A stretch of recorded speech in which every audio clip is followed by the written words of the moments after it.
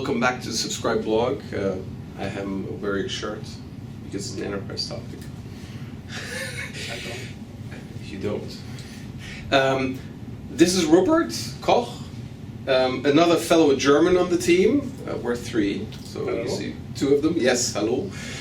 And we're going to talk about high availability, or he's going to talk about high availability with queues, a topic that is interesting if you have issues reaching a service bus queue. Service bus sits in the cloud, so if you can't get to a particular data center, or if that is not, if the data center is not available for some reason, there's some problems with a particular queue, or the data center can't be reached. How can you make your queues? How can you make your data, actually, and your data flow highly available? I think that's what we're going to talk about here. Yep. Good. That's exactly what we're going to talk about today. And before we start, we should just talk a little bit about the definitions. So you have the difference between a disaster and an outage. Mm-hmm. So as an outage, as a data center outage, I would define things like, for example, a power failure or a router misconfiguration. So in essence, any event that prevents you from getting to the data center. But the data center itself remains intact. Mm-hmm. So this means for some period of time, and that can be anywhere between a few minutes or a few hours, you cannot reach your queues or your other assets that live in the data center. But after that event is overcome and the problem has been solved, you can get all to. So you can get to all of your data. So no data loss occurs in the event of an outage. This is different to a disaster. A disaster, fire, flooding, earthquake, data center gets struck by a meteor, you certainly have data loss. And the disaster might render the data center unusable permanently in case of an earthquake, for example, or it could be also that, let's say, a cluster has a hardware error and data gets destroyed, so the cluster can be restored, the data center will come back, but you experience data loss. So some amount of data loss. Some amount of data loss. It could be all, it could be partial. Yeah, so I talked with, in a previous episode with Mohammed about servicing and severities of things. So the having an event where just the data is, or you can't reach your queues, that's a CEF2 or probably CEF1 incident, and then there's the CEF0 incident where you just basically lose the entire facility, and then you have to go to failover. Yeah. So under the covers, we already do a number of things to protect you from these complete disasters. Yes, that is true. There's only so much you can do if you want to protect yourself against earthquakes, but hardware errors, for example, these facilities are protected. SQL internally stores every bit at least 3 times on 3 different hard drives. So if a hard drive permanently goes out, that does not result in data loss. So we have things we do. So there's a number of things that we already do for you. What we do is we replicate data. So you have a queue, and we do some amount of replication between places. And so we're doing as good as we can to go and protect the data once we have it. But then there's things that you need to but also you need to start doing to make sure that your availability is even higher than we can give you with all of our capabilities. Because what we do is we guarantee that the data is there. So we guarantee reliability. And we also do a number of things for availability, so that if we lose a particular component in the system, that we can fail over and stay available. But then if your queue doesn't work, we'll have to do some other things. Yeah. I mean, in essence, there are 2 different scenarios. There are scenarios in which the availability or the preservation of the data is the paramount objective. Transactional systems, for example. Yes. If you have a message that says, there will be $1,000 deposited to your account, you don't want to have this message to get lost. It's fine if the $1,000 arrive a day later. That is already bad enough. But if the money never shows up, that's a no-no. Yes, and in financial systems, you actually have insurance against those kinds of data loss. Yeah. That's actually like the per message is insured for a certain amount of money, so that actually doesn't happen. Yeah. But you have other scenarios too, in which the availability of the data is not so important, but rather the availability of the queue itself. For example, if you had, let's say, a 911 system, so you want to make sure that the system that conveys the 911 calls is available. The actual message itself, once it's been consumed, is not really that important. Or if the system is really out, nobody cares about a 911 call that happened 2 weeks ago. So these are scenarios in which the system has to remain operational, but if data loss is not all that important, at least in terms of a disaster. Yes. So it's all trade-off, as it is for all systems. So there's a reliability angle, and we're trying to do as much as we can to kind of guarantee that reliability, not lose your data. And in the disaster recovery across data center failures, we're doing some replication. If we need to declare bankruptcy in a data center, well, there will be some window of data loss. But for availability, like if you're tilting in the other direction, and if you need to have the combination of low latency really, and so you care about the messages being carried within a minute or within seconds, and now you're hitting the situation that you are hitting an entity in the system, or your path to the data center is unavailable, that's where it gets interesting. Yeah, and there's actually something the client can do. So the client in this case is the sending as well as the receiving application to protect against those type of failures. And it turns out it's the same mechanism that allows you to protect against outages as well as permanent disasters. So, so assume you have a data center here, and in the data center you have a namespace and you define yourself a queue. So what you could do, for example, you define here, let's call this the primary. You define yourself a secondary namespace in a secondary region. You build yourself a queue. Call this a secondary. And what your client now does, the sending client, you have a sender and the receiver, instead of just sending the message to one queue and having the receiver then pull the message from the second queue, you could send the message, pulling the message from the first queue, you send the message to both queues and then have the receiver pull the messages from both queues.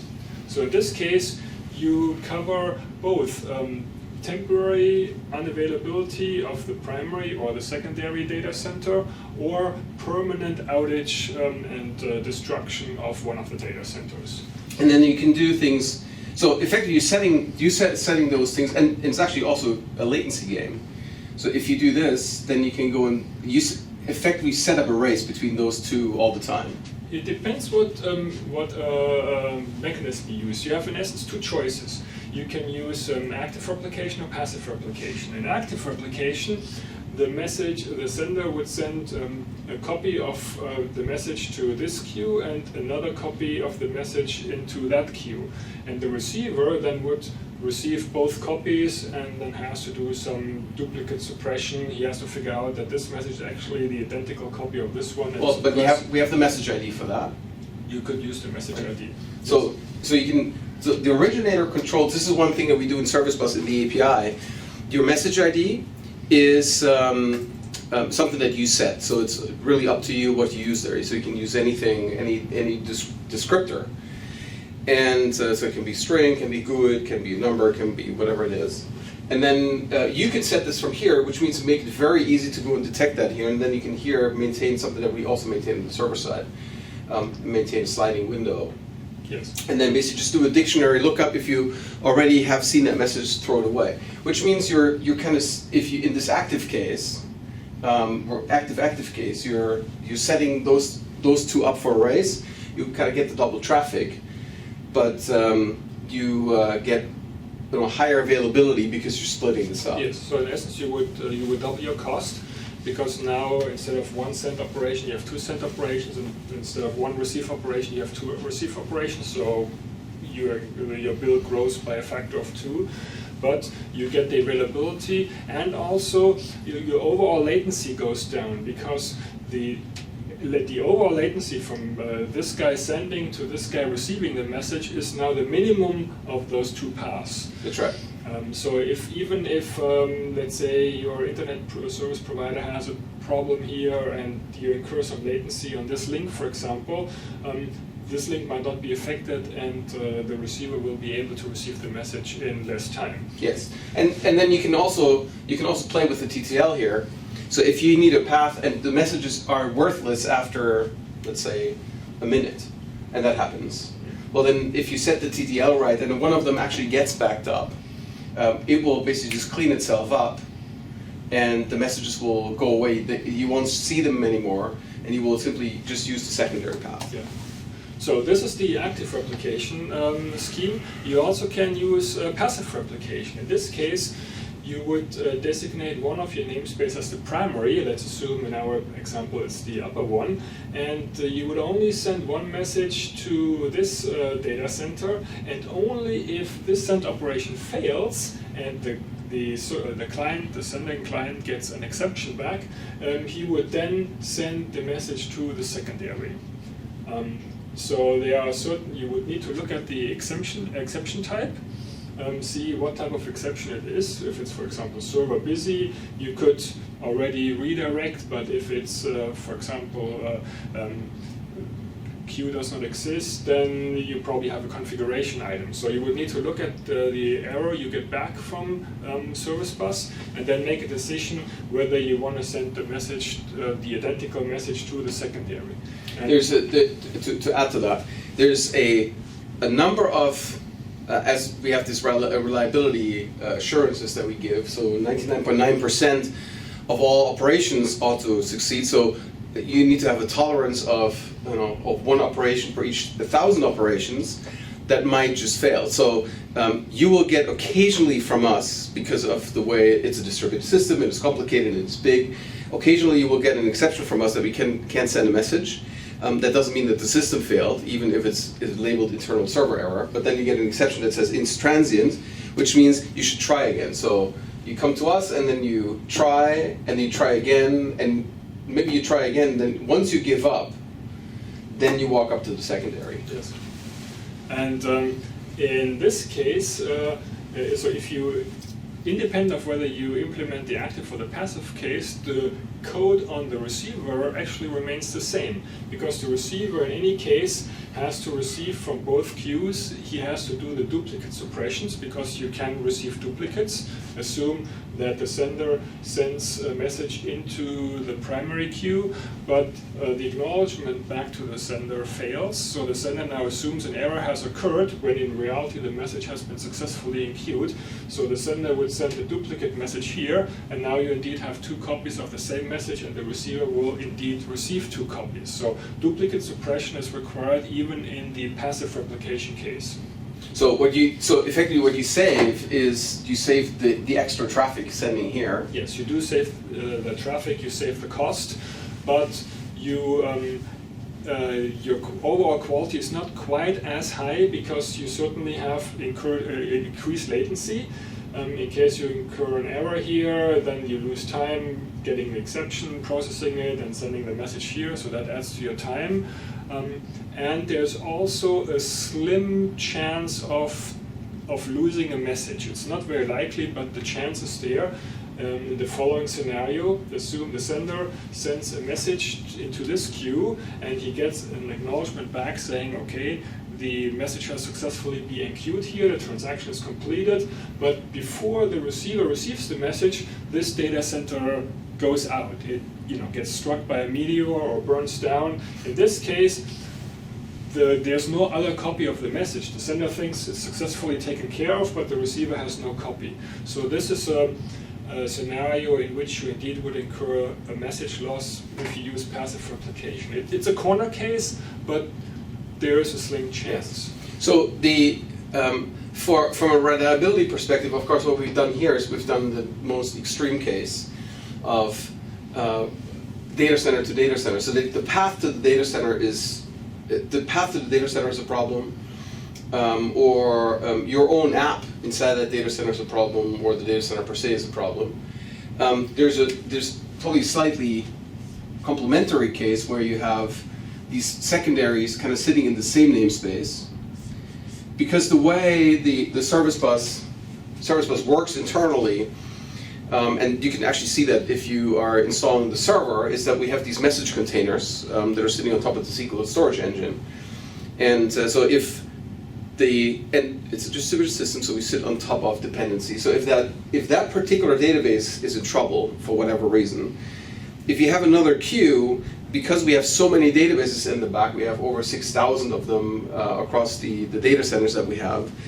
So the chances are actually quite high that you're going to land on a different one. If that one database is in trouble, the other database is not necessarily in trouble. So you can even within the same region, in the same namespace, set up two queues, and you can also get the additional effects. Primary, secondary, you can have a tertiary, and you can have 4 or 5 or 6. The higher reliability requirements are, the more you spread the risk, the better it is. Yes, but your cost goes up if you use more features, more cost. Yeah, more. If you use active replication, you actually then increase the cost for sending. But even if you don't use active, if you use passive, then you still have the cost of maintaining 2 queues rather than 1. Or if you go for triple replication, you have to maintain 3 queues rather than 1. So that is definitely cost on your side. Yes. But so the interesting thing is when you use those kinds of features, when you use those combinations, if you will, we already give you 99.9% on SLA on a particular entity.